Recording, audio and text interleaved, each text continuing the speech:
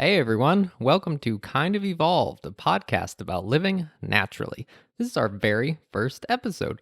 I'm so excited. Today we're going to be talking about soap, and I want to get right into everything, but for these first few episodes, I'm going to give a quick summary of everything in case you haven't watched or heard the trailer. And on that note, thank you to everyone joining me on YouTube and the podcast platforms. All right, so Kind of Evolved is a podcast about living a more natural, earth-friendly life. You're going to get info, tips, and tutorials about all sorts of topics in a lighthearted, fun, and fast format with some humor mixed in. My name is Drew Boniuto, and I co-own an all-natural and eco-friendly skincare company called Naked Ape. In this podcast, we're going to talk about everything from soap today to healthy snacking to eco-friendly yards. Basically, we're going to jump all over the place, but all episodes will have the same underlying theme, getting us to move away from the things that are killing us and the planet before we cause the destruction of everything we've ever known. Anyways, lots of variety, so I'll do my best to give good descriptions for each video, and if a topic doesn't interest you, the next one might, or the one after that, or the one after that. I mean, come on, I can't have 3 in a row that don't apply to you. Now, this is a podcast about living a more natural life, but this is not a podcast where I'm going to suggest you sell your car and go live in the woods or anything like that. Although, doesn't that sound like a nice idea every once in a while? I really like air conditioning, though. It might be nice in the spring and fall, but venomous snake, just forget it. Forget it. This podcast is about sharing info and tips with you that will allow you to make small changes that aren't going to completely disrupt your life or get you bitten by a rattlesnake that lives next to your hut in the woods. Now, let's get started. Soap. It can help you stay clean and healthy, or it can seriously mess up your body and cause real internal damage over time. That's quite a spectrum, huh? Mainstream cheap soap that you find at the grocery store is, well, garbage. These mass-produced bars from brands like... I don't know if I'm allowed to mention actual brands. My goal is to get sued exactly 0 times for this podcast. Anyway, you know the sort of bars I'm talking about. These bars are so bad that they're actually not even classified as soap by the FDA. Isn't that crazy? They're classified as detergent bars. Lovely.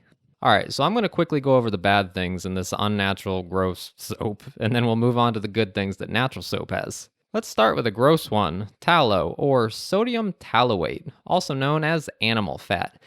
Ew.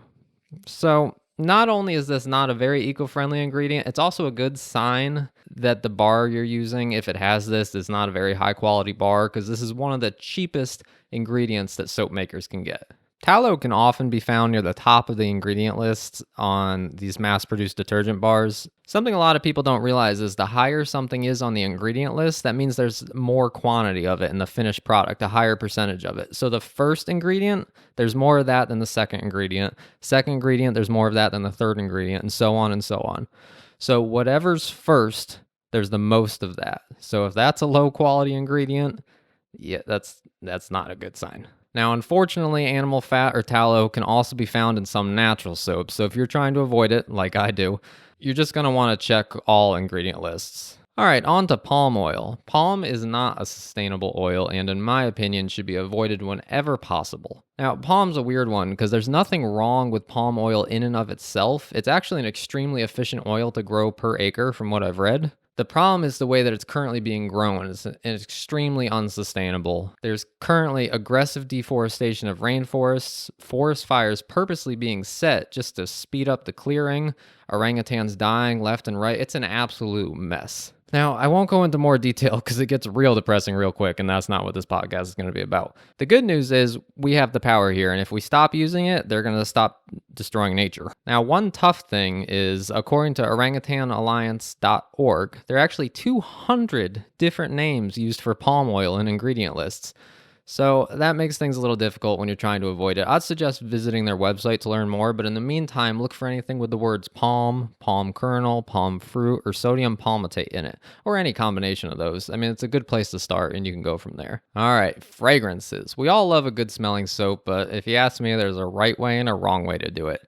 Fragrances are synthetic chemicals that are not natural. What makes it even better is that companies aren't even required to put in the ingredient list what the fragrance is made out of. They can just put the word fragrance. Isn't that so nice and descriptive? Seriously, guys, TMI. You don't have to share so much. Take it easy. Relax. Calm down. There's so much more I could talk about. There's a lot of not so great stuff, and the more I research it, the more it bothers me. I don't want to dwell on the bad on this podcast, though. The good news is there's lots of natural and eco-friendly soap out there with lots of great ingredients, so let's move on to that.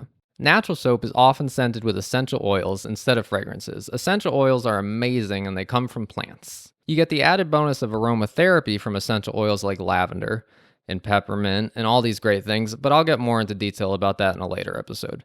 There's a wide variety of essential oils out there, everything from orange to peppermint to patchouli. Unfortunately, you can't get essential oils out of everything, so if you're looking for a natural soap that smells like, I don't know, pineapple and raindrops, you're out of luck. But I mean, have you ever smelled anything that says rain on it that actually smelled like fresh rain? No, lies. All lies.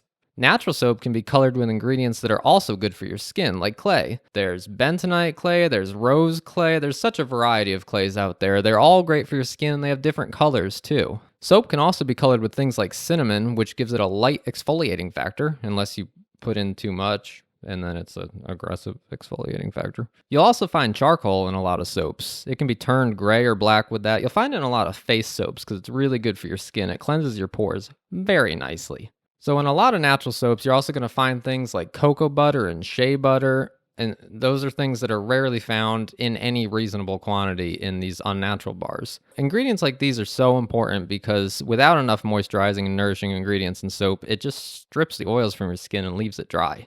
And then these same soap companies sell moisturizers and lotion. I think there's a conspiracy. No, we're not going to get into that. Now, as someone in this industry, I could go on and on about all the awesome stuff in natural soap, but I want to keep these episodes short. So let's move on to a few final things that I want to share with you. Unfortunately, natural soap doesn't last as long as detergent bars if water splashes on it a lot. That's because it's real soap, unlike the detergent bars. So it's a good idea to try to keep it somewhere in your shower where it isn't constantly getting misted or sitting in a puddle. If that's not possible for you because of the way your shower is laid out, what you can do is cut your bars into smaller pieces so you're not bringing the whole bar in with you. It's best to do this at least a few days before you plan on using it, because often when you cut a natural bar, the very center of it will still be moist. Yeah, I purposely use the word moist because I hear it weirds some people out. I don't get it. It doesn't bother me at all. Is it the sound of it or is it someone tell me, what's the problem with moist? There are really no words that bother. The only words that bother me are effect and effect, and that's not because the way they sound. That's just because I'm too stupid to figure out when to use each one, no matter how many times I research it. I've given up on that. Anyway, getting back on track now. Now, one other quick thing I want to mention is that natural and all natural are not regulated terms. That means that sketchy companies can use these terms even if they're not actually making a natural product. So it's important to try to somewhat understand ingredient lists and don't be afraid to ask the company if something doesn't seem right. And just an added thought too, long and hard to pronounce words don't necessarily mean it's a bad ingredient. A lot of companies put the Latin name in their ingredient lists, so don't be automatically freaked out. Just Google is your friend. And one final bonus environmental tip. Did you know that you shouldn't use soap in rivers, lakes, or streams, even if they're all natural and biodegradable?